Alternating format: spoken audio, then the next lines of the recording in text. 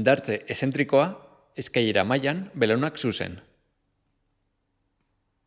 Liburu edo eskailera maila batean, zutik jarriko gara. Oinen aurrekaldea soilik bermatuz. Orpoak kanpoan geratzen direla ziurtatuz.